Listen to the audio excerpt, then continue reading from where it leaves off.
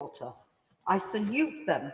And while I do understand that the Minister is making progress with some of the other jurisdictions, they have yet to comply with our legislation. Yeah. Journalists have revealed that the family As Is, a landlord in my constituency to Britannia Point, Colliers Wood, manages a large property portfolio registered under dozens of companies in the Isle of Man. There is no beneficial owner listed, so complaints can never reach the landlord. We already have legislation which requires offshore companies who own properties to declare their owners on a register.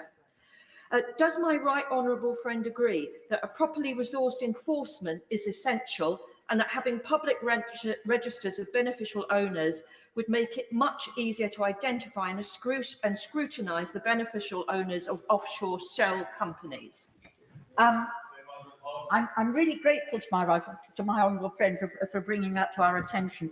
Sadly, it's not just an issue of enforcement, it is also an issue of definition. And I bet that the landlord in her constituency owns the properties through a trust, and there is no openness of beneficial ownership around trusts. But she makes a very important point. Yes. I'm grateful, and I apologise for not being able to stay on for the debate. But can I say to her, I strongly support this debate, and can I put through her that the reasons to hide things in trusts and offshore is either to avoid embarrassment or to avoid tax. I think people ought to learn, they ought to either do better so they won't be embarrassed, and they ought to pay proper tax. I thank the right honourable member for his support. I agree with him that it is in part about reputation, and it's part about avoiding tax, but it is also about indulging in economic crime, from money laundering through to the worst of crimes that stain our country and our economy. Just on that point, as the father of the House has just intervened, and I am the longest serving member on this side, can I say that a long-term supporter of what you've been trying to do, and since the time as undergraduates at the London School of Economics, I know that you are a determined woman. Let's get on with it. Let's hold these people to account and change the law. Indeed, I thank my honourable friend. He is my oldest friend, probably, in this house. We go back many, many years, and I thank him for his support, and I hope the government is listening to what he is urging. Very briefly, could we add to the list of reasons why people conceal their identities in this way one more, which is to avoid sanctions, including sanctions placed by our own government? The honourable member makes a really important point, and I will come to that later. This is a national security threat as well as being a threat to our economy. He's quite right. So the government itself has yet to comply with the legislation by making an order in council which would mandate compliance by the overseas territories. Similarly, after discussions were held between the Crown dependencies and the Right Honourable Member for Sutton Coldfield and myself, the three Crown dependencies, Jersey, Guernsey and the Isle of Man, announced in May 2019 that they were committed to introducing public registers, and they set out a plan to do so. At that time, whilst I welcomed their commitment in principle, I was concerned that the commitment was qualified and their action plan contained a number of opt-out clauses. However, on the basis of their commitment, we chose not to legislate, pass an amendment at that time, and we chose to trust them. It now seems that our trust was misplaced. They are reneging on that commitment and using every excuse not to comply. How strongly she feels about it. Can I point out to her, as a matter of constitutional fact, we have no right to legislate for any of the Crown dependencies, but constitutionally, they are not subject to the jurisdiction of this Parliament. I have an enormous amount of respect and time for the Right Honourable Member, but I have here an opinion that we sought at that time, and I will come to it later, which contradicts entirely the point that he's just made and says that we do have the constitutional right to legislate, and that's from a very renowned KC that gave that. Sorry, I give way. appreciate the Right Honourable Lady giving way. And I do not want to comment on the substance of what she's talking about, but merely the procedural aspects of this. She will know the Procedure Committee is looking at the impact legislation has in this place, has on both devolved legislatures, the overseas territories and Crown dependencies. I'm very interested in her comments and I look forward to her speech. But would she agree with me that we should try and find a way that the voice of the overseas territories should be heard when we are legislating in this place, if there are implications for overseas territories? Indeed, I would love us to be able to do this in a consensual way, and that obviously would be the very, very best way to proceed. Sadly, as I'll make a point a little bit later, we've been waiting 10 years for this, 10 years, and I think my patience has worn a little bit thin. And I think in that instance now, because of the implications, both for national security and for the economy, the time has come to say enough is enough, and we should use the powers that we have. Yeah. Very grateful for her giving way and being very generous with her time. The 2022 ruling of the Court of Justice of the European Union stated that unrestricted public access to the beneficial ownership information is incompatible with the right to life. Would she be able to cover that in her speech later on?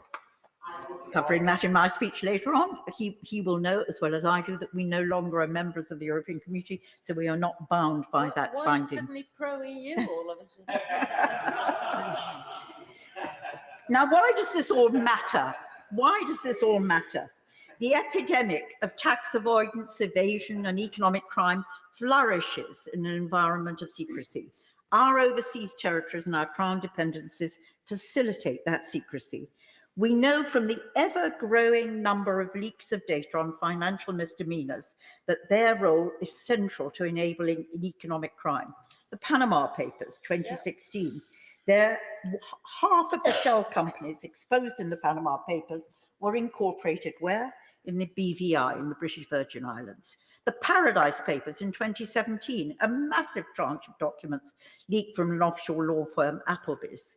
And a frightening number of frontline politicians who held secret accounts with the overseas territories appearing prominently as the destination of choice for hiding their money.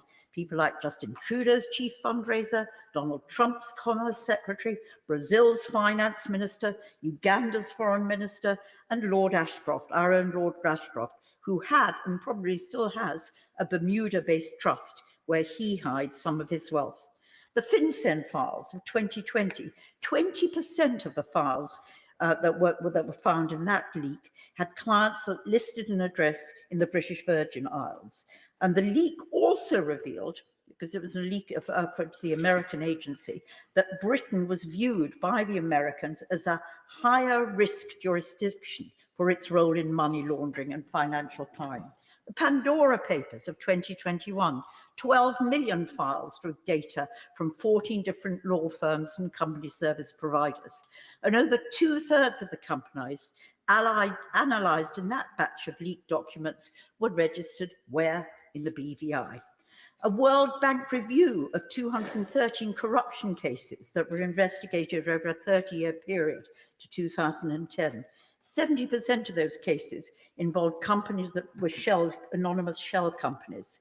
And the UK, its overseas territories and Crown dependencies, accounted for the second jurisdiction in terms of the number of corruption cases where there was an association with our jurisdictions. Would my honourable friend give way just on that point?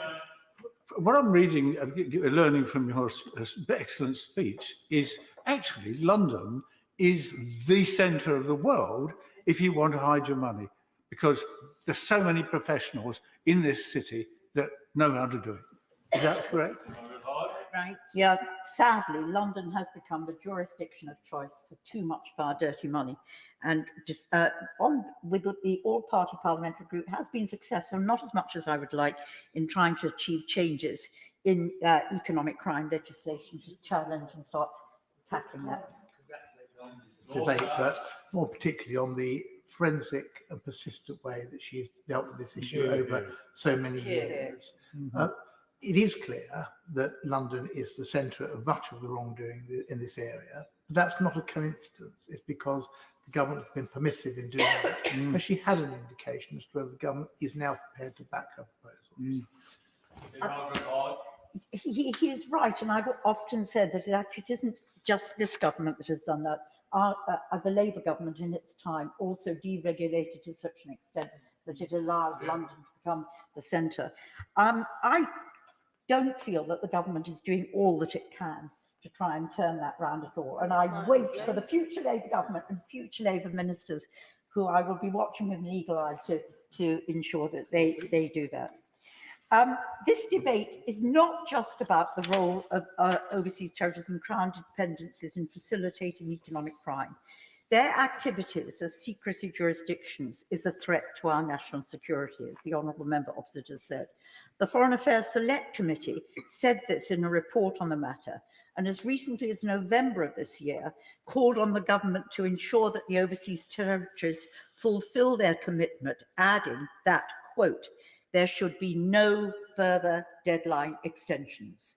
We know, for example, that £68 billion flowed out of Russia between 2008 and 2018 into our overseas territory. We are a favourite jurisdiction for receiving Russian laundered money. We know that individuals who are sanctioned use the overseas territories and crown dependencies to hide their assets just before sanctioning, to prevent those assets being frozen. Abramovich and Usmanov are two classic examples of that practice. We know the role played by the overseas territories in preventing us from knowing who is the actual owner, beneficial of ownership of the property in the UK. Over 70% of the properties owned by companies that we know about in that list of properties that we have, over 70% owned by companies that are registered either in the Crown dependencies or in the BVI. We still can't identify the beneficial owner of 2/3 of those 75% because they use trust to hide their identity. And 85%, that's more than 8 out of 10, of those trust arrangements are based in the 3 Crown dependencies and the BVI. Most recently, in the Cyprus papers, which have just been released, uncovered, we found a direct link between Vladimir Putin and Roman Abramovich, with money going from Abramovich to 2 men dubbed as the wallets for President Vladimir Putin, a man whose salary is $100,000, but whose wealth is rumored to be between $125 billion and $200 billion. Stealing the money from the Russian people is facilitated by secrecy jurisdictions like Cyprus, but also by our own tax havens. The problem is massive. The role of our overseas territories and crown dependence is central. Baron Cameron of Chipping Norton understood this when he went to Davos in January 2013, that's over 10 years ago, and warned multinationals to, and I quote, wake up and smell the coffee. And I'm going to give a few of his quotes. In 2013, he pledged that, and I quote, every one of the Crown dependencies and overseas territories are going to have an action plan on beneficial ownership. And he told the overseas territories to rip aside the cloak of secrecy by creating public registers of beneficial ownership. In 2014, he wrote to the overseas territories saying public registers are, I quote, vital to meeting the urgent challenges of illicit finance and tax evasion. In September 2015, he accused them of, and I quote, frankly not moving fast enough. If we want to break the business model of stealing money and hiding it in places where it can't be seen, then transparency is the answer. When he launched our UK register in 2016, he said, it's better for us all to have an open system which everyone has access to, because the more eyes that look at this information, the more accurate it will be. And the Anti-Corruption Summit in May 2016, he said, and I again quote, we talked about the need for every country to ultimately reach what I call the gold standard of having a public register of beneficial ownership. And I'm clear that includes the overseas territories and Crown dependents. He's now in a position to act, and I urge the Minister to tell his boss to do so. When countries even like Nigeria, Ukraine, Albania, and Morocco introduce public registers, Why can't our tax havens? And using the European Court of Justice ruling to delay implementation of public registers is a convenient but lame excuse. It hasn't actually deterred Gibraltar. And while some countries have closed their registers, others have kept them open. Crown dependencies in particular are acting in a completely dishonourable way. Their role in facilitating economic crime and tax avoidance is indisputable. Their protestations to the contrary are simply untrue, but their behaviour in providing public assurances that they will move towards public registers and now claiming that the European Court ruling prevents them from doing so is, in my view, unforgivable. On that very point, my honourable friend has been very generous, but could she also consider, and I absolutely support everything she's moving, but couldn't we also have more publicity about what's happening? These people that don't pay tax in this country. Jim Ratcliffe from Ineos, until he becomes very rich, now he doesn't pay tax in this country. Understand the Daily Mail doesn't pay any taxes. Could we not, in the rich list, have a sort of added the Sunday Times rich list, those who actually pay their taxes? I'm left wondering whether the Sunday Times have ever published that, but we shall see. In April 2019, the Right Honourable Member for Sutton Coldfield and I sought legal advice to answer the Honourable Member's point on the other side, as to whether it would be constitutionally lawful for the UK Parliament to legislate to compel all Crown dependencies to establish public registered beneficial ownership. I had the advice here, but it concluded, and I quote, "It is beyond doubt that the intrusion of criminal funds into the UK economy threatens the interests of the UK. It is also beyond doubt that extensive funds in this category emanate from the Crown dependencies." Then ... the last sentence, "The proposed amendment," we put an amendment to the KC for him to consider whether it was lawful or not.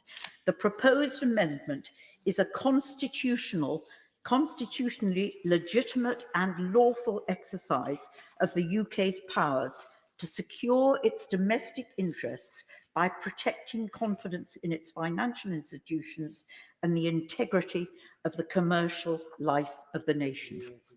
Finally, I really want to touch on the, and I recognise we're running out of time, I want to touch on the compromise that I think the Minister is seeking to secure in his negotiations with our tax havens.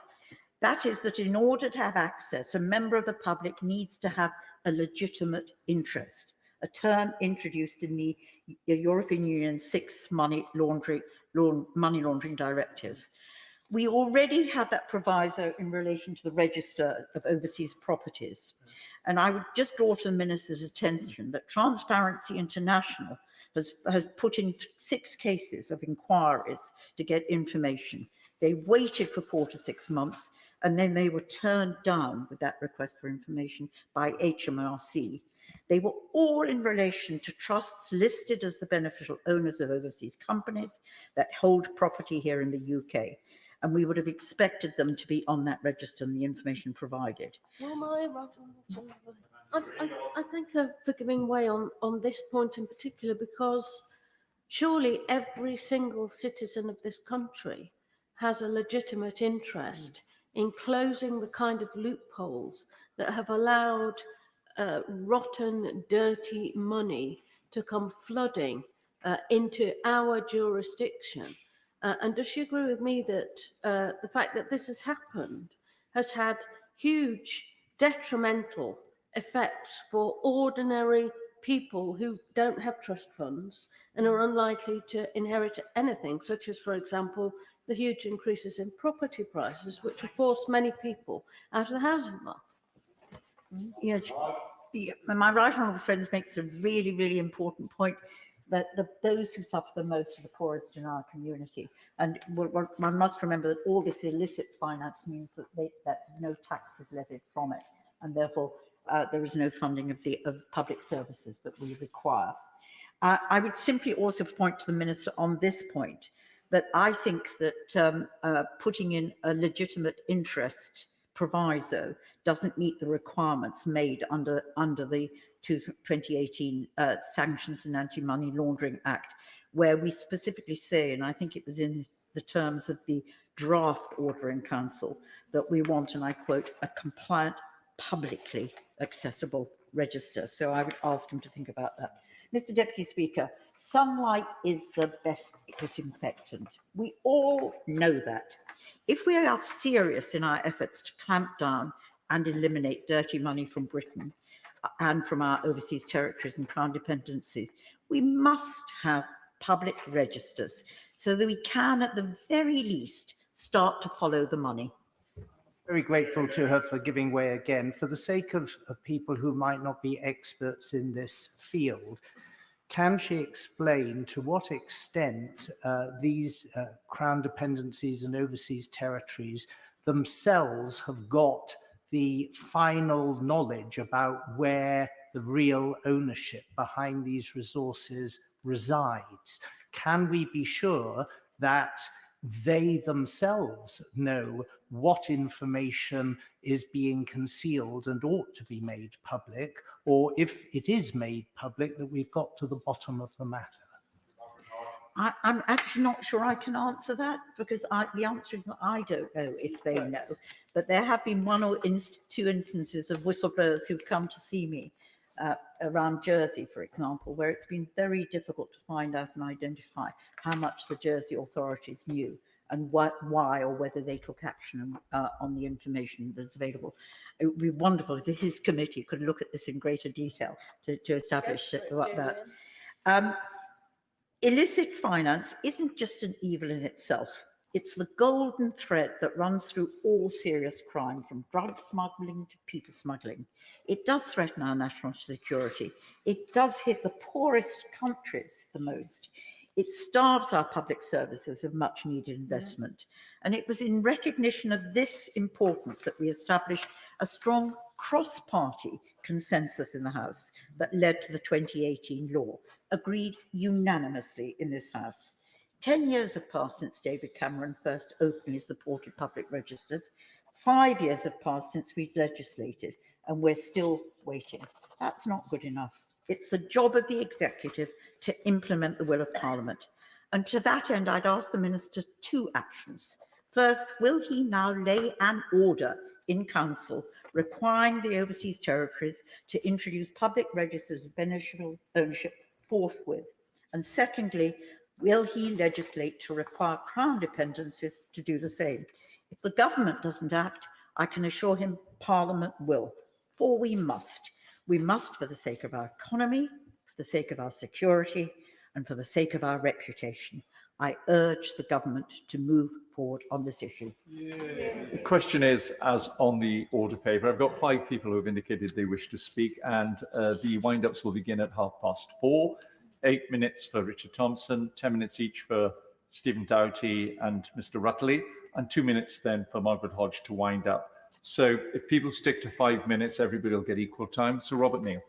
Thank you, Mr. Deputy Speaker. It's a pleasure to see the Right Honourable Lady secure this debate. She and I have agreed on many issues and have worked together closely in the past. I happen to support the concept of public beneficial register of ownership in the United Kingdom. I supported it when it was brought in. I declare my interest as chair of the all-party parliamentary group for Gibraltar, and as the Right Honourable Lady has observed, Gibraltar has established a public register of beneficial ownership, and I think the only thing I say about Gibraltar is it's right. We should not therefore treat all the crown or all the overseas territories as being homogenous in one respect. Gibraltar, with its particular links both to the United Kingdom and Europe, has chosen to go in that direction, and we should support them in having done that. That was their decision as a self-governing crown overseas territory.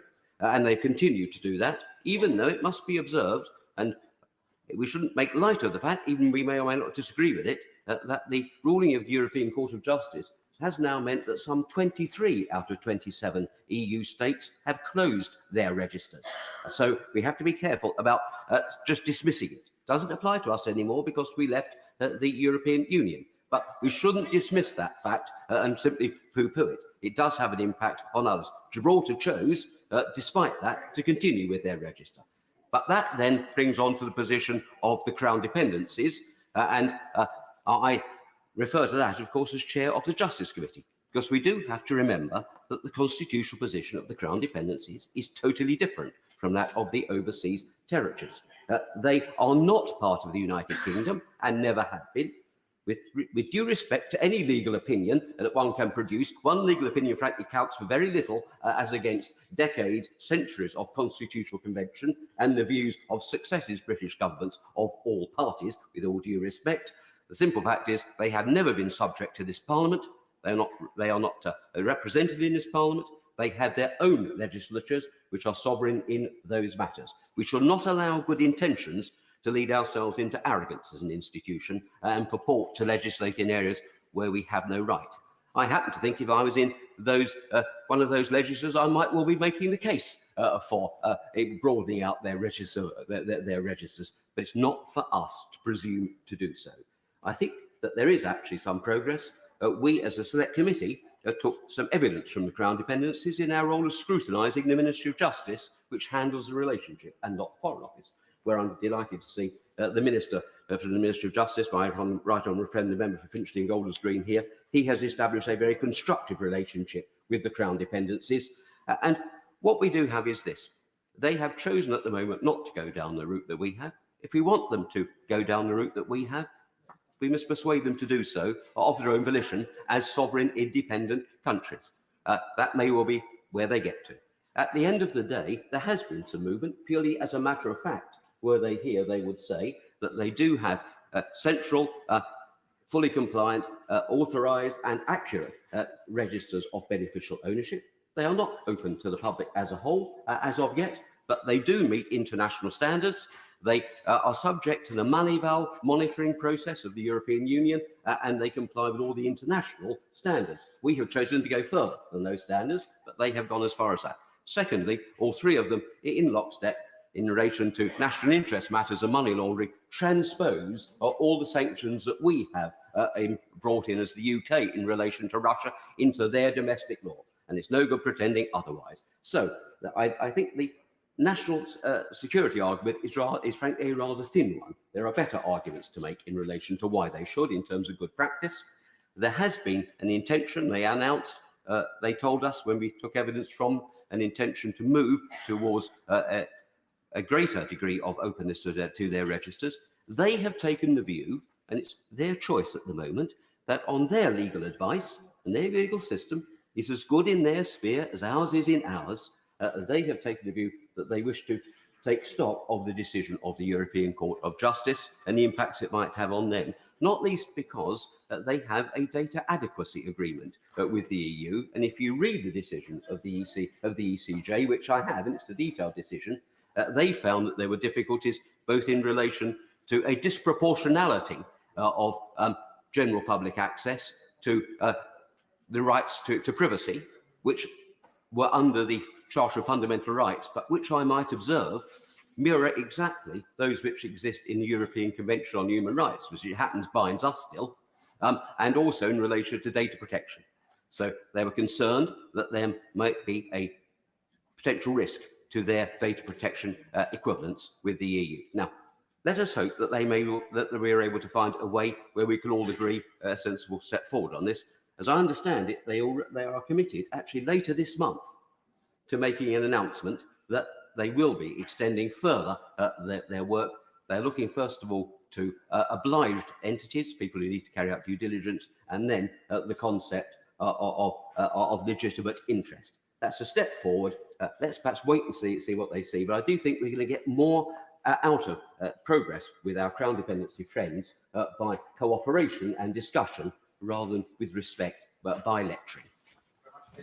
Go. Thank you very much, Mr. Deputy Speaker, and I thank my friend, the Right Honourable Member for Barking, for securing this debate and her consistent and tireless work tackling the scourge of illicit finance. As she said, really, the introduction of public registers of beneficial ownership in our country's offshore financial centres ought not to need debating, and it should have happened many years ago.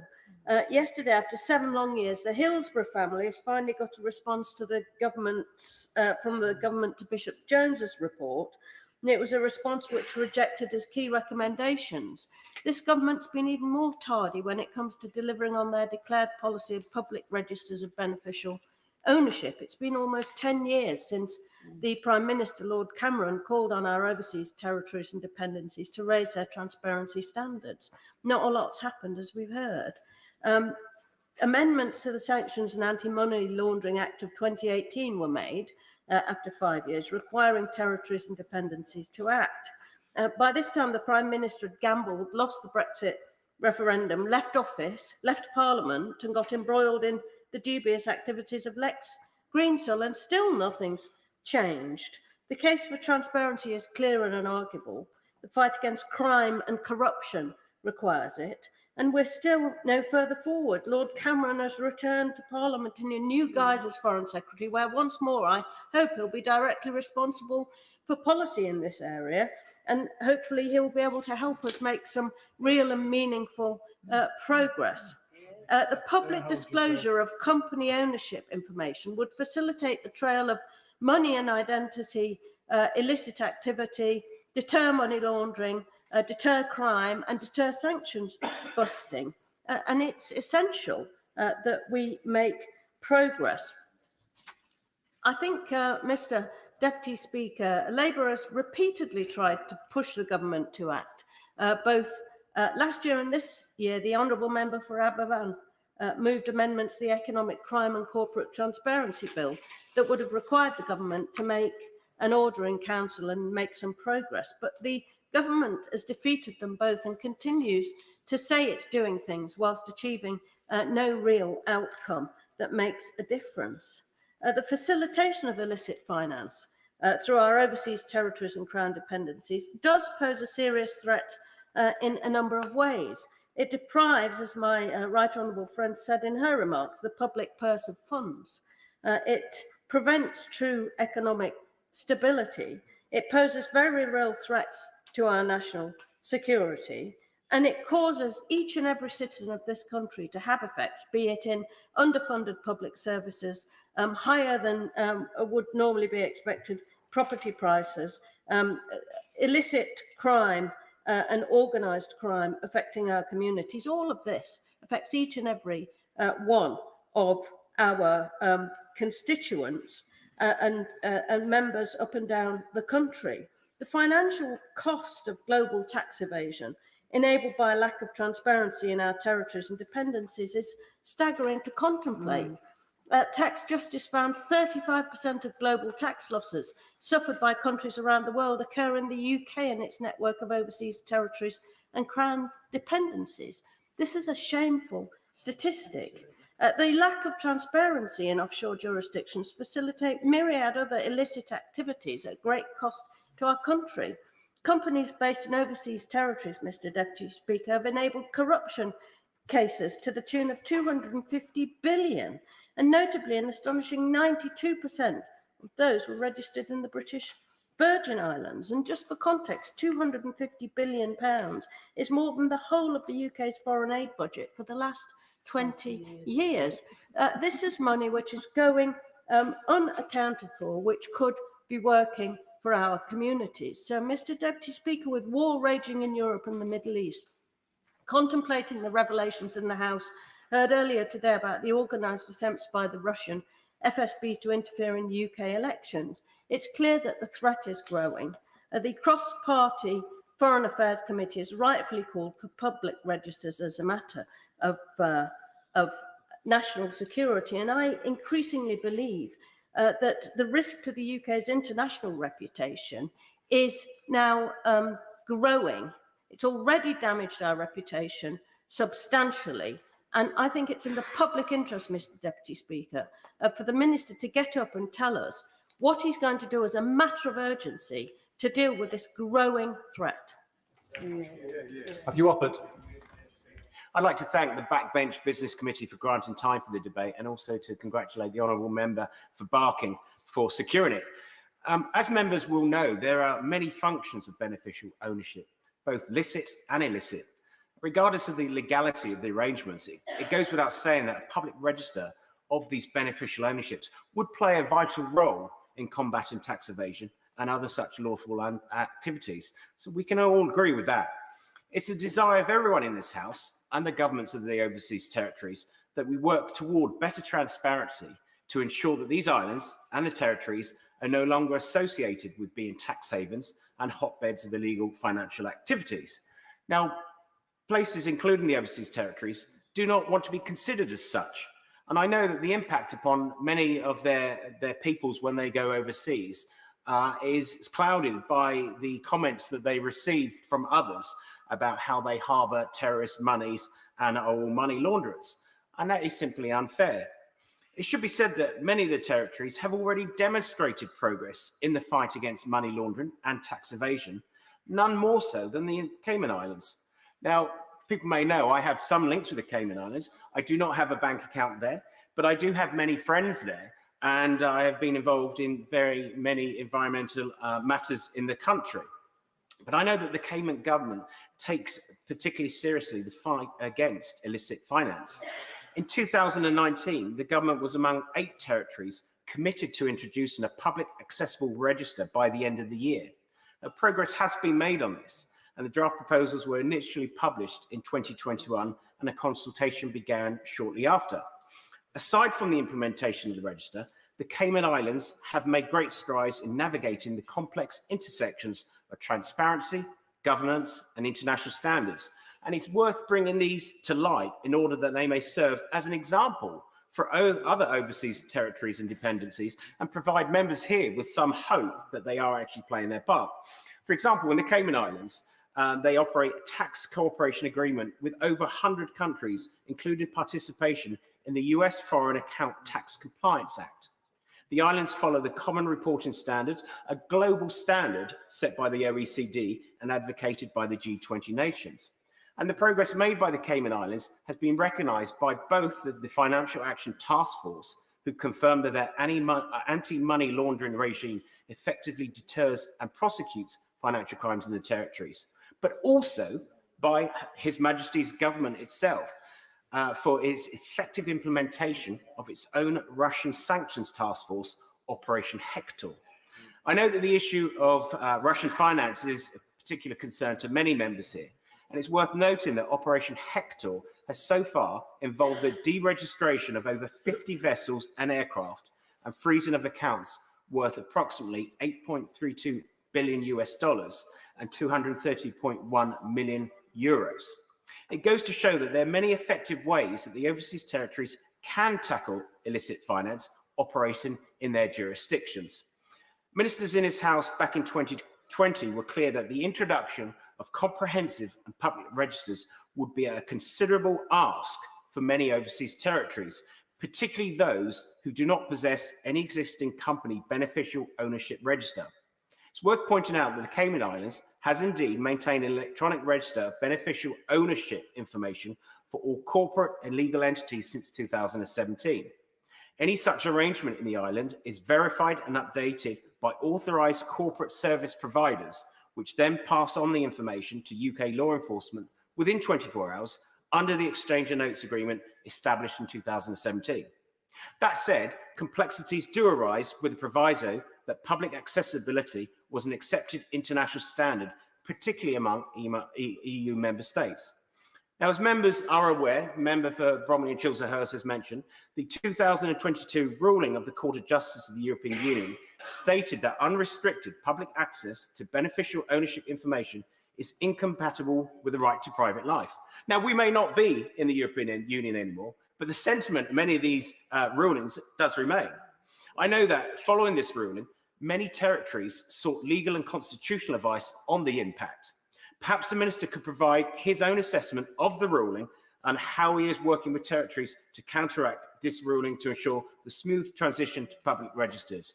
Final paragraph, I know that the government of the overseas territories and dependencies will be listening very closely to this debate today, and I have no doubt that many of the commitments to providing transparency needed. But that said, I also trust that many members present today and the government will appreciate the work already undertaken. Mary first and then Meg Hillier second, and you must sit down by past, so perhaps you can divide the time between yourselves. Mary? Thank you, Mr Deputy Speaker. I'd like to thank the honourable member for barking for securing the debate today. Our country, with our Crown dependencies and overseas territories, is responsible for 35% of global tax loss. The tax gap is estimated to be worth £36 billion through HMRC. These billions of pounds could be spent helping our NHS.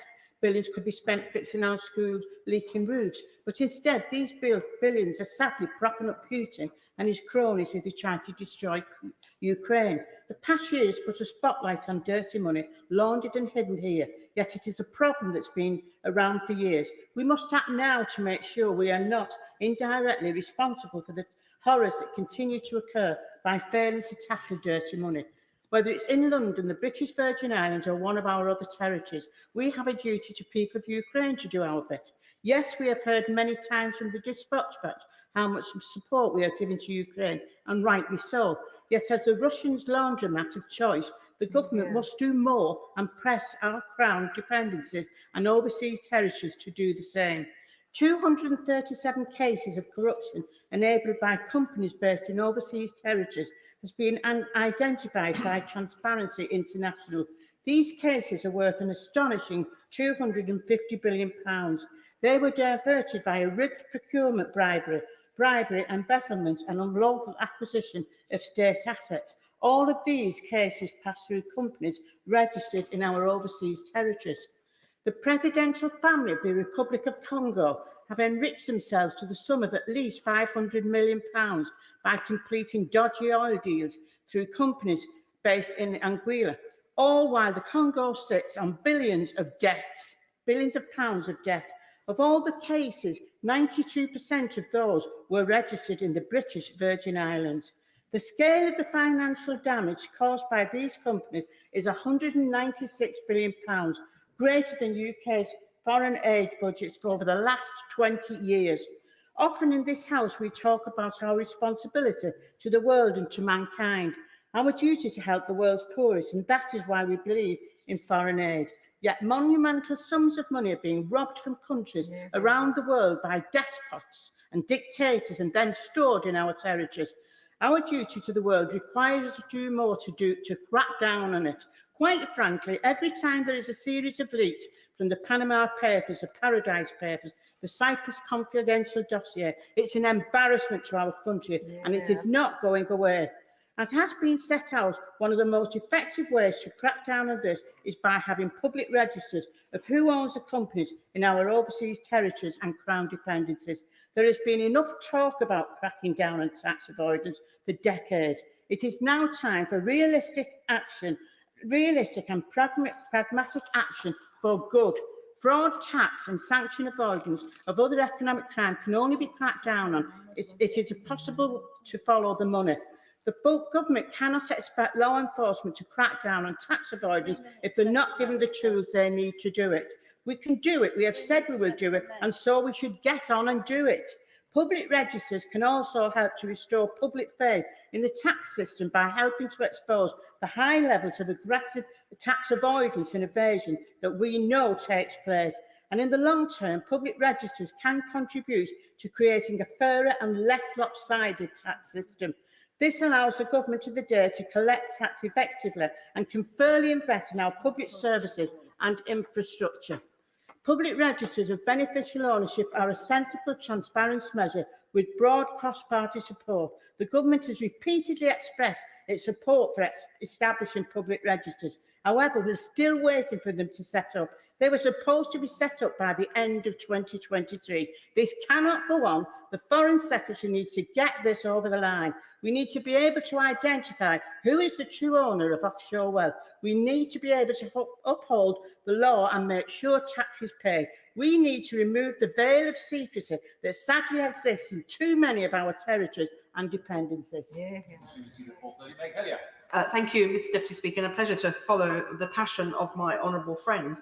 And it has been a journey I've been on with the Right Honourable Member for Barking since I was on the Public Accounts Committee under her chair when she was chairing it, and it is shocking really that we are 10 years on.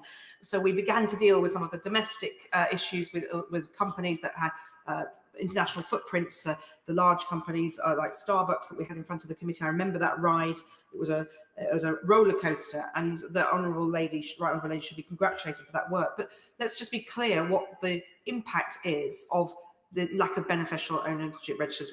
Others have touched on security, but I want to touch on the tax that's lost. We are in a cost of living crisis. We have a huge pressure on the exchequer. We have an election looming, at each party wanting to, the likely to be in government, wanting to make promises to the electorate. And this money being hidden away without people knowing where it is as having most definitely an impact on the tax take. It's an absolute opportunity for tax avoidance, not just, and tax evasion in particular.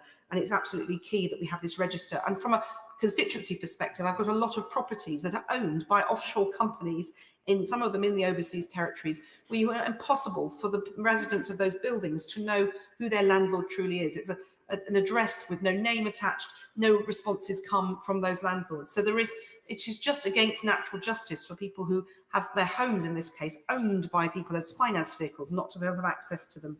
And I think we absolutely need to make sure that this is dealt with, because if we don't deal with the issues of money laundering and economic crime across the piece, we only deal with it domestically, we will see, without a strategy for the overseas territories and crown dependencies, there is a risk that the problem will just simply move rather than be resolved. People with money and advice about where to hide it, if they're so minded to hide it, will find ways to do that where those ways exist. This loophole needs to be closed. And there is an absolutely prime opportunity here with the Foreign Secretary, the very Prime Minister who was backing this a decade ago, now sitting in the House of Lords and at the Cabinet table. He could be driving this. So I urge the Minister to speak up for his new boss and hope that he's been given the go-ahead to give us some comfort today that this issue will finally be resolved. There are only a few weeks to the end of the year. I hope he can give us some comfort on the timeline. Thank you for your cooperation. Wind-ups, Richard Thompson. Thank you, Mr Deputy Speaker. Could I begin by sharing the disappointment of the Right Honourable Member for Barking that this debate is necessary at all. It's incredibly disappointing that the target that the UK government had of ensuring that by December 2023, the month that we're in, of course, of ensuring that public registers were set up for the overseas territories and crown dependencies looks set to be missed. This debate ought to start, and I think in fairness has started, from a pretty fundamental premise, and that is that public registers of beneficial ownership are a vital tool in helping to identify and therefore reduce financial crime and to increase financial transparency.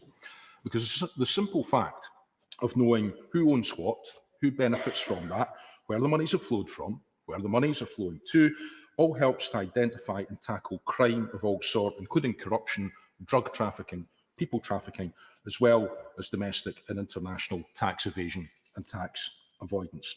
So it is massively to our collective benefit to be able to get this under control, and not just from a reputational point of view either. Because the revenues, the monies, the assets that are concealed in this way can be used to themselves fund activities which are detrimental to national security. And it's also massively to the benefit of the rest of the world. Because closing down options for kleptocratic business and inverted commas people or politicians to strip assets from their own countries and to squirrel away those assets in untransparent jurisdictions in order to enrich their own lifestyles is clearly not a good thing, and clearly not when it's their own people who suffer as a consequence of that permissive environment. So clearly, registers are a necessary but also insufficient step. But clearly, there's a lot of work to be done, and not just around this issue. We heard earlier about London's unenviable reputation, as I think the term used was the laundromat for some of the world's dirty money. I remember participating in a debate earlier in my parliamentary career in this term about the similar issues that were caused in terms of London being the laundromat for reputational issues through the prevalence of libel tourism and the ability to use slaps, and of course the prevalence of public affairs and public relations agencies that are willing to accept money in order to do that. So there is much work to be done to clean up the act of the United Kingdom in that sense.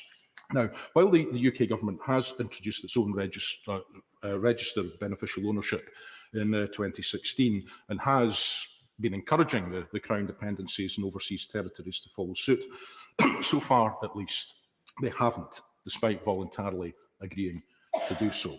And that's despite the UK government using the sweet persuasion of publishing a draft order in Council as long ago as 2020 to require them to do so, and giving them until this month to do so, a deadline which, as I say, now seems almost certain to be missed. And the fundamental point, of course, is this: that if the UK wishes to seek leadership on this issue, it cannot itself be taken seriously as a world leader in the matter of financial transparency if it is not only doing more, but also being seen to be doing more to stop overseas territories being used as havens for individuals to evade their obligations. And it matters very much, Mr Deputy Speaker, that this should happen. More than half of the shell companies exposed in the Panama Papers were incorporated in these UK tax havens. Of the Pandora paper leaks, companies analysed by the International Consortium of Investigative Journalists, over 2/3 of the companies were found to be registered in the British Virgin Islands. The UK and its overseas jurisdictions are collectively responsible through this permissiveness for costing the rest of the world nearly $90 billion in lost tax each year by enabling non-residents to hide their finances and to avoid tax. And as the Honourable Member for Wallasey highlighted, Tax Justice estimate that the UK and its networks of overseas territories and Crown dependencies are responsible for some 35% of global tax losses suffered by countries around the world. Now, the impact that clamping down on this could have, not just in the public good for the UK, but also in many other countries around the world, is highly significant. We're often invited to believe that the biggest threat to our quality of life, thank you very much,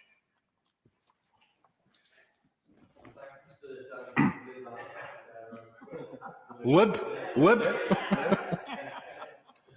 It shows, Mr Deputy Speaker, that there perhaps is a future for progressive alliances of one kind or another on the water. But we're regularly invited to believe, Mr Deputy Speaker, that the greatest threat to our public services and our quality of life comes from, not from a lack of resources, but from immigration. Indeed, the governing party is today tearing itself to bits over the difficulties that it's set itself for this in pursuit of the votes of those that they believe might be influenced by such sentiments. And I can't help but feel that if only the government would put half the effort into clamping down on these opportunities for tax avoidance, evasions and a lack of transparency as it does into telling us that there's a problem about boats, then we would be in a significantly better place than we are. Now, the three countries which ranked highest in the corporate tax haven value index value 2021 were actually the British Virgin Islands, the Cayman Islands and Bermuda. It's not an accolade I would suggest to be proud of. And when it came to the Haven Score Index in 2021, compiled by that Tax Justice Network, where 100 is the most permissive and 0 is the least, the UK itself scores a less than clever score of 69.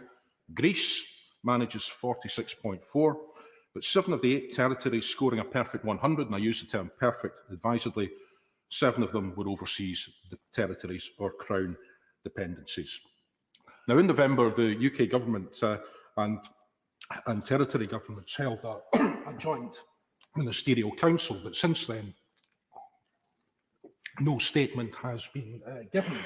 So I wonder if the Minister could update the House on the progress that's been made and how that will affect the December deadline. And also, in 2014, as we've heard, the now Foreign Secretary, then the Prime Minister, made a number of strides forwards in terms of addressing this issue. Now, while we in these benefits may be struggling with many things, a voice at this point in time, but also in terms of seeing some of the benefits that come from Lord Cameron's appointment to that post. Thank you very much. When it comes to these matters, we very much hope that he is able to pick up from where he left off when he demitted office as Prime Minister. Mr Deputy Speaker, I think if not the clock, then certainly my voice is telling me it's probably time to wind things up. So could I just take this opportunity to, very quickly. Thank you, honourable gentleman for giving way, and I wonder if he agrees with me that ensuring that we have these open and transparent registers of beneficial ownership is only the first step in dealing with what is a very well established, very difficult and growing threat.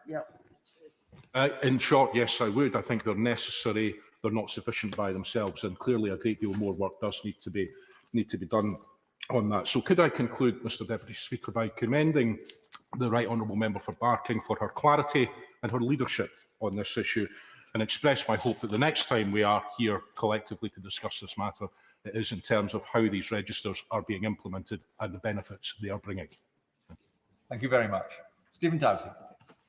Well, thank you, Mr Deputy Speaker, and it's been a hugely useful debate today on the implementation of public registers of beneficial ownership in the UK's overseas territories and Crown dependencies. And I want to thank you, Mr Deputy Speaker, and my right honourable friend, the member for Barking, for securing this crucial debate, and also for her tireless and unrelenting work in the areas of combating illicit finance, fighting for transparency, and in opposing corruption. And of course, draw attention as a Shadow Minister for the overseas territories to my own declaration of interests. And we've heard very important speeches today, not least from my right honourable friend from Barking, which was passionate, and the campaigning motivations behind her speech today, I think, are very clear and very transparent in terms of what she is attempting to achieve and has attempted to achieve over many years, and indeed were reflected on by many honourable and right honourable colleagues. There were important points made, including by my honourable friend from Mitcham and Morden and Hackney South and Shoreditch, actually about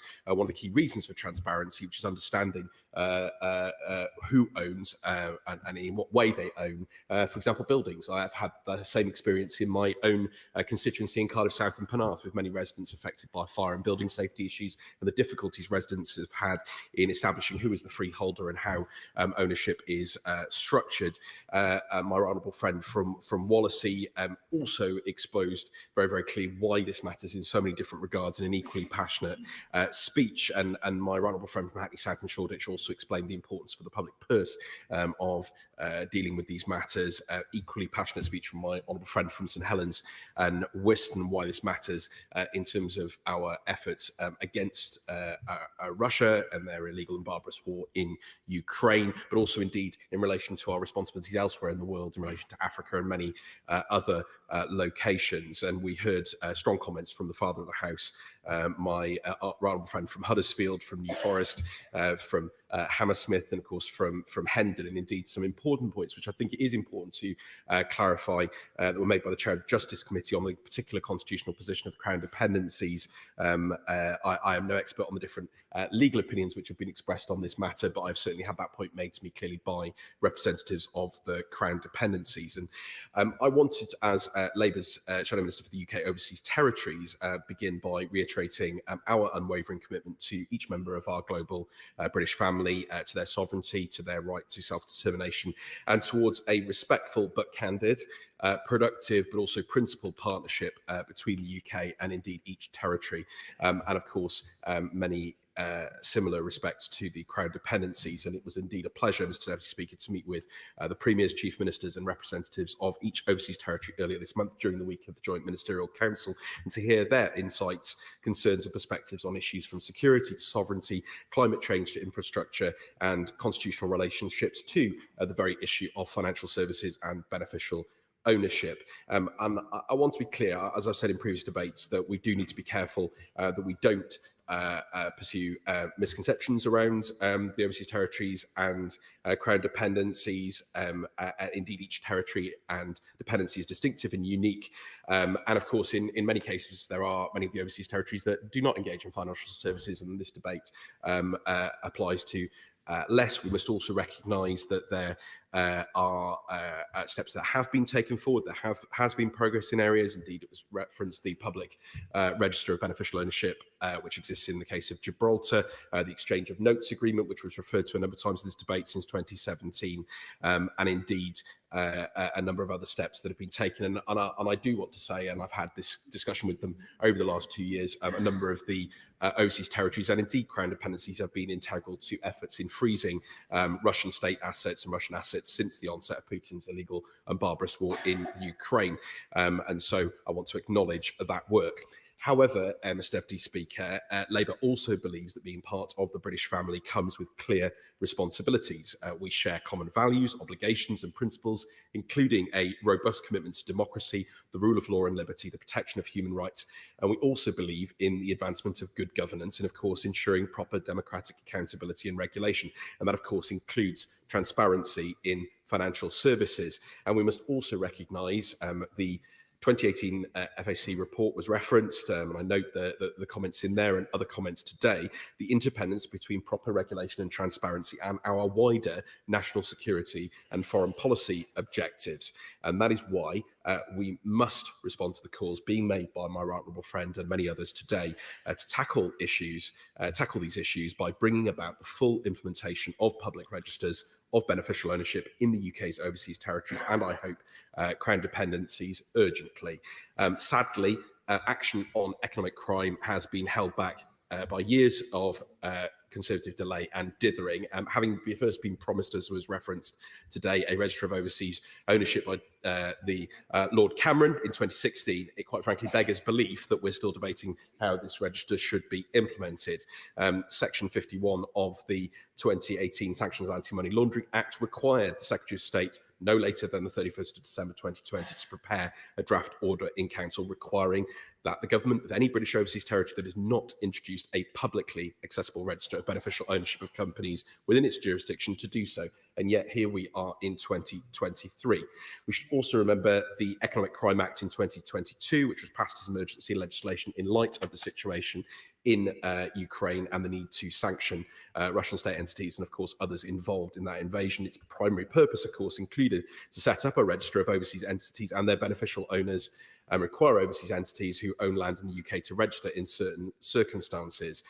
We've also been repeatedly clear that overseas entities should not be able to hide behind trusts. And I think it's important to explain why this is important. A recent article by Advani, Poo and Summers at the LSE tells us that 63% of cases where beneficial ownership is not publicly reported is the use of trusts.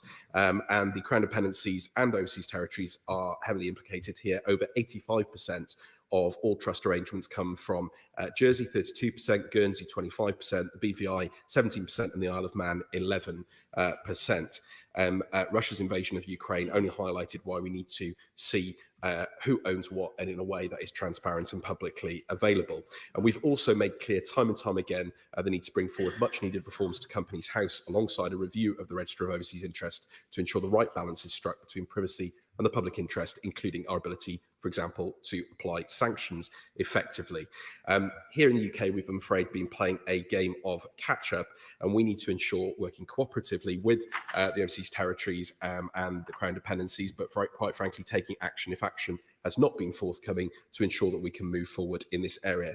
Indeed, the British public are very clear in their views on this. Polling for the UK Anti-Corruption Coalition shows that the 72% of the British public believe the government should take more responsibility working with offshore financial centres to tackle money laundering and tax evasion. And that, of course, requires the opening up of corporate registries to public scrutiny and for this end of year deadline to be met as a matter of priority. As I've said, like never before, we see a confluence of ensuring good governance across financial centres and our own national security. I want to ask the Minister some questions before I sit down. Firstly, will the deadline be met, yes or no? And what does the FCDO and indeed the wider government consider to be a reasonable deadline? If not, and what will be done to meet it? I wondered if he could clarify the situation, particularly in relation to the Crown dependencies, given the comments that have been made. I've obviously seen the statement that they've made about coming forward with a public commitment, I think they say, in relation to their approach to access to information on registered beneficial ownership by the end of December 2023 to replace the commitment in 2019. I was pleased to read the JMC communique that said that they're establishing a technical working group between the overseas territories and the UK on the issue of beneficial ownership and the implementation of publicly accessible registers. But what is actually happening on this and what support is being given, particularly to smaller territories, to enable them to move forward on this? What is this group doing and how is it going to move forward and actually deliver results? The Minister opposite pledged after the November JMC that he would report to Parliament before recess on the progress towards the deadline. Is today that day? And will he provide a precise timeline? Also, if he could provide us an update on the status of that draft order in council and on what circumstances it would be invoked. Could he tell us what percentage of business covered by the 2017 exchange of notes agreement is now being covered? I understand that in 2019 it was 87%. Is that now 100% as promised? And what speed is that information being exchanged at? The Cayman Islands told us that they do it within 24 hours. Is that the same for every single territory? So I hope the Minister can answer those questions today. We want to see progress on this issue. We want to see it urgently. It comes as part of a respectful, constructive, but principled relationship with our overseas territories and Crown dependencies, and I hope the Minister will have some answers. Much, and if the Minister can sit down by about 2 minutes to 5, it'll allow Dame Margaret to sum up. Minister. Thank you, Mr. Deputy Speaker. It's an honour to serve with you in the chair, and I haven't had a chance to say this in person, but thank you for your Christmas card. We know that Christmas is coming. It's always a joy. But I'm particularly grateful to the Honourable Member for Barking for securing this debate. I pay tribute to her work as the chair of the all-party group on anti-corruption and responsible tax, and for her absolutely tireless campaigning on this vital issue over many years. And she's respected on both sides of the House for the work that she does there. And I'd also like to just highlight that, the debate today has been involving some of the most serious and seasoned parliamentarians that are respected, certainly by me and across the House. 4 dames, 2 nights, and counting. It's a heavyweight group of people, who are making a serious contribution here. And I genuinely don't take that lightly. That was a calculation that was told to me by one of my colleagues.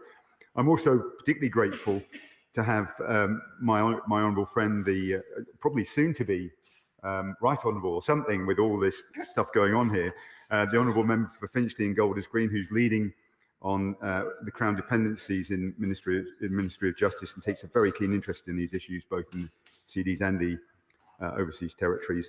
And of course, my honourable friend, another of the dames, for Cannock Chase, who's a former and very well respected overseas territories minister.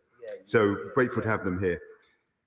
Illicit finance is an active and growing threat to the national security, I'll say it, national security of the UK family. There we have it. It's been said on both sides of the House. I'm not sure we need to say much more on that particular point, but it is serious. And as set out earlier this year in the UK's second economic crime plan, it fuels serious and organised crime, threatens our institutions, and enables kleptocrats to establish a financial foothold. And at this point, I'd also like to recognise the important work of my noble and right honourable friend, the Foreign Secretary. And just to reassure the honourable member for Barking, I can feel the strength of his opinion on my shoulders right now. And that also goes along with my right honourable friend, the member for Sutton Coldfield, and I should also recognise who's the Development Minister and Minister for Africa, and also my right honourable friend, the member for Tunbridge, Morling, who is the Security Minister. I think they're well known to the honourable member, and the strength of their opinions are known to her and to the House and to many others as well. So this is an important and serious debate. The UK, overseas territories and Crown dependencies have a history of working together as partners to strengthen our economic defences against illicit finance. Publicly accessible registers of beneficial ownership are an essential tool in this fight. And we want greater transparency here, and we're working hard to deliver it. The UK implemented our own register in 2016, it's been set out, the first of its kind in the world.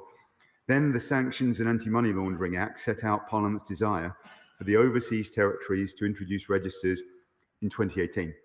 In response to this act, all the inhabited territories and Crown dependencies made public commitments to do so. They made those commitments.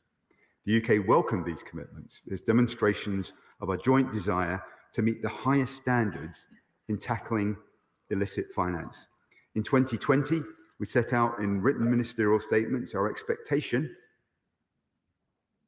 that the territories and dependencies would implement registers by the end of this year. And in that written ministerial statement, there was a draft order in council as well. We then provided technical assistance and support. We saw OTs make significant progress. For instance, BVI was able to pass appropriate primary legislation in 2022 and Cayman in 2023. And the CDs have also taken a set of preparatory steps. Bless you. It could be catching. It will not have escaped members' notice that only Gibraltar currently has an operational register, as is highlighted by my honourable friend, the member for Bromley and Chislehurst, sorry, over here, and also the chair of the Justice Select Committee. And the other thing is, those of you who are following the calendar, as has been highlighted, there are only 3 weeks to go before the end of 2023. Let me be absolutely clear. This is not where the UK government wanted the OTs and CDs to be. In November last year, the Court of Justice of the European Union issued a ruling pertaining to publicly accessible registers, which changed the international context. The judgment found that an EU requirement to implement publicly accessible registers was contrary to the EU Charter of Fundamental Rights. The UK was, however, satisfied with the lawfulness of our own publicly accessible register. We continue to believe that CDs and OTs could legally implement public registers of their own. Not only that, but no fewer than 14 EU member states allow public access to their beneficial ownership registers even after the November court ruling. That should provide a direction of travel and also a sense of security. We have been in intense discussion since the spring, and with the territories and dependencies, it's been a huge priority for me since being appointed as the Overseas Territories Minister in recent months, setting out the rationale for our view that these registers can indeed be fully implemented in line with the privacy rights that apply to each of them. Montserrat, the Falkland Islands, St Helena, Ascension and Tristan da Cunha and Pitcairn have confirmed that they are continuing to implement theirs, following in the footsteps of Gibraltar, which introduced its own in 2020. However, Anguilla, Bermuda, British Virgin Islands, the Cayman Islands and Turks and Caicos Islands, along with the Crown dependencies, continue to have concerns in light of the court ruling. Given the differing views of this ruling, we're working together to find ways to make positive progress. This includes discussing an interim step that would make significant progress towards these commitments to improve corporate transparency. This interim step would be the implementation next year of publicly accessible registers of beneficial ownership with legitimate interest access filter. This would allow access to beneficial ownership information by members of the public who have a legitimate interest in doing so, such as media and civil society organisations who are involved in the fight against illicit finance and money laundering. It would also bring the territories and dependencies in line with the EU, where the European Court judgment notes that EU member states must continue to enable access to those with legitimate interest. Let's make one point and then I'll gladly give way.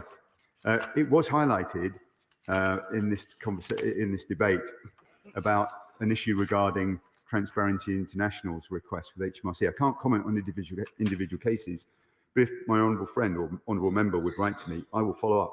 Just to be clear, the government's policy is that by definition, legitimate interest should include civil society organisations like Transparency International. I give way. I thank the Minister for giving way, and this legitimate public interest filter, as he calls it, stands on and falls on how the legitimate public interest is obviously defined. What appears to be the case at the moment is it's being narrowly, far too narrowly defined, which undermines the purpose of the transparency. So will he take into account the fact that, that this filter, as it already exists, is actually not letting any light really through it, which means that the filter is actually rendering the openness of the list moot. That's not the intention. We want the light to shine on these issues, and that will involve media organisations and non-governmental organisations as well.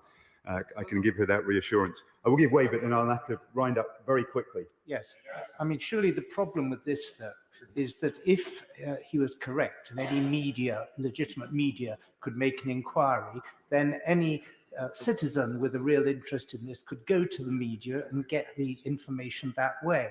And they must know this in opting for this filter. So presumably the purpose of the filter is only to be obstructive and to create legal barriers. No, the filter is fundamental to the plans that the EU have in place. We want this to be important in and of itself, but secondly, a step towards on the journey to having full beneficial ownership registers. That remains the case. I'm conscious of time, but I want to just explain to the House and assure the House that we are absolutely clear that we want to take this interim step further forward. We'll continue actively with these discussions. The majority of the 5 territories that we talked about will sign up to a register of legitimate interest access filters, and will continue to have discussions with other jurisdictions who need to do more. And as I set out in my response to the Honourable Member for Barking, I intend to update the House with full details before Christmas, and will lay a written ministerial statement with the outcomes of these ongoing negotiations. And we're also having further productive discussions with Crown dependencies. They're continuing, and in line with the overseas territories, we're recognising our different legal positions following the court judgment, but we're making it our expectation clear that to implement these registers is something that needs to happen during the course of next year. And again, the Home Office will update Parliament before recess on the outcomes of these discussions. They're serious. We want to move this forward. And in conclusion, I would just say the message I'd like to give to our great friends in the overseas territories and the Crown dependencies, that we're determined and keen to achieve this important goal for all of us. The train is leaving the station. We know the direction of travel. It's time for all of our friends in the overseas territories and CDs to get on board. We'll do all that we can to support, but it is and remains a clear priority. Margaret Hodge. Thank you very much. Mr. Deputy Speaker, what has been so great about this debate is we do actually mostly agree across the House, and that's really been the basis on which we've taken action down the years. And I'm grateful for that. And I want to acknowledge this has been teamwork. And the Right Honourable Member for Sutton Coldfield and the Right Honourable Member for Tunbridge both played an absolutely key role in the run up to 2018 and beyond, before they became ministers, in pursuing this transparency, which is just one tool in the fight against economic crime and corruption and tax evasion and tax avoidance. I'd like to thank all the members who took part. I just say to the member for Bromley and Chislehurst, he will know better than I do. That 2 lawyers never agree, but I think this is this is a pretty top bit of KC advice that we've got, and I would love to see it tested by us pursuing this, perhaps through an amendment later on. And to the Honourable Member for Walsey and the Member for St Helens, both of them raised eye-watering figures of money that is lost to the legitimate system through tax avoidance, tax evasion, and other ways. So can I thank everybody? Can I just finally say... Sorry about this. The debate stands adjourned. The question is that this House do now adjourn. Elliot Colburn. Thank you, Mr. Deputy Speaker.